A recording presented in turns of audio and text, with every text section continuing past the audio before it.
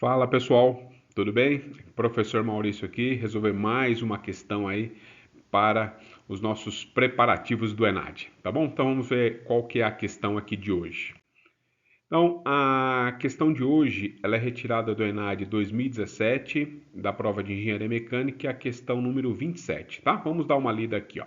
Então ela fala assim, ó, na figura a seguir está representado um parafuso que tem diâmetro 20 milímetros. Ele é fabricado de aço carbono e é solicitado por uma carga F de 12 kN. Tá? Então o parafuso está aqui na vertical, ele tem um diâmetro de 20 e a força aplicada nesse conjunto é a força F, que tem 12 kN. Tá?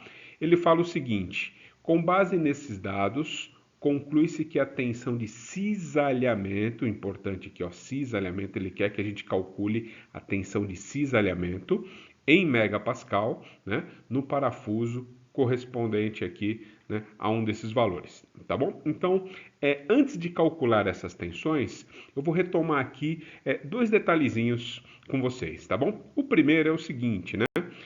Eu trouxe esse desenho aqui, ó, só para poder complementar a visualização desse conjunto, tá bom? Então, imagine que você tenha duas peças iguais a essa, ou quase iguais a essas, né? Por que quase igual? Porque a outra peça ela vai entrar aqui nesse espaço vazio, né? E aí você vai fazer um encaixe, tá bom?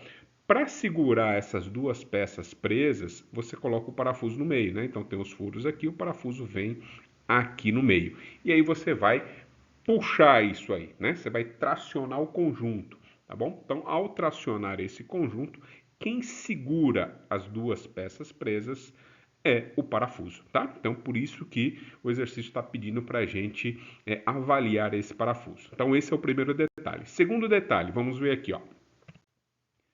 Então, o segundo detalhe é, primeiro, né? Você puxou aqui com uma força F e aí você vai pensar nas possíveis falhas do parafuso. Então, ao puxar com essa força F, pode ser que o parafuso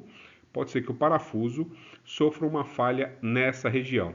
Mas não só nessa, né? Ele pode sofrer uma falha nessa região, depois nessa região, nessa daqui, nessa daqui, nessa daqui. Ou seja, o parafuso pode ser cortado aqui, cortado aqui, cortado uma, duas, três, quatro, cinco, seis vezes, tá? Então o parafuso ele pode ser cortado sempre que tem contato de duas partes, né? Por exemplo, imagine duas chapinhas, uma em contato com a outra e tem um parafuso no meio. Então, no contato das chapas, tá? No contato desse conjunto, você tem uma possível falha do parafuso, tá? Então, o parafuso pode ser cortado 6 vezes. Eu gosto de enfatizar essa palavra cortado, né? Porque tem a ver com o tipo de força que está sendo aplicada, né? Imagine essa força aqui, ó. Traz ela para cá, ó. Então ela vem para cá, ó. Tá vendo? Ela passa paralela à seção do parafuso, paralela à seção transversal do parafuso. Toda vez que a força é paralela à seção transversal, a gente chama essa força de força cortante. Tá? Então, por isso que eu falei que o parafuso é cortado em algumas regiões, ou pode ser cortado em algumas regiões. Tá? Se essa força, essa setinha tivesse para cima, ela fosse ali perpendicular, né? Perpendicular à área, a gente chama essa força de força normal. Não é o caso aqui, tá? Então aqui a força é paralela à área, por isso força cortante. Foi por isso que o exercício pediu para a gente calcular a tensão de cisalhamento. Então eu uso esse símbolo aqui, que é o símbolo tal, tá?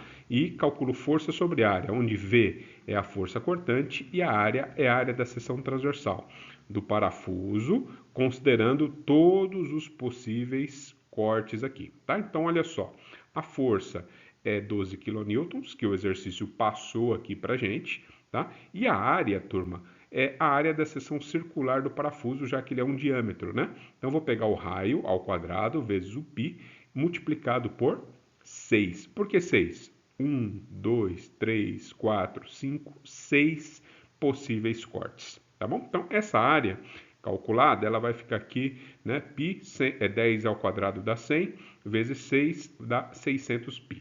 Tá? A gente vai deixar em função de π, porque vocês viram lá na resposta, né, ou nas possíveis respostas, que, né, ele deixou em função de π. né? Então, por que o pessoal do ENAD faz isso? Porque no ENAD a gente não pode usar calculadora, turma. Então, ele deixa aí os números quebrados, né?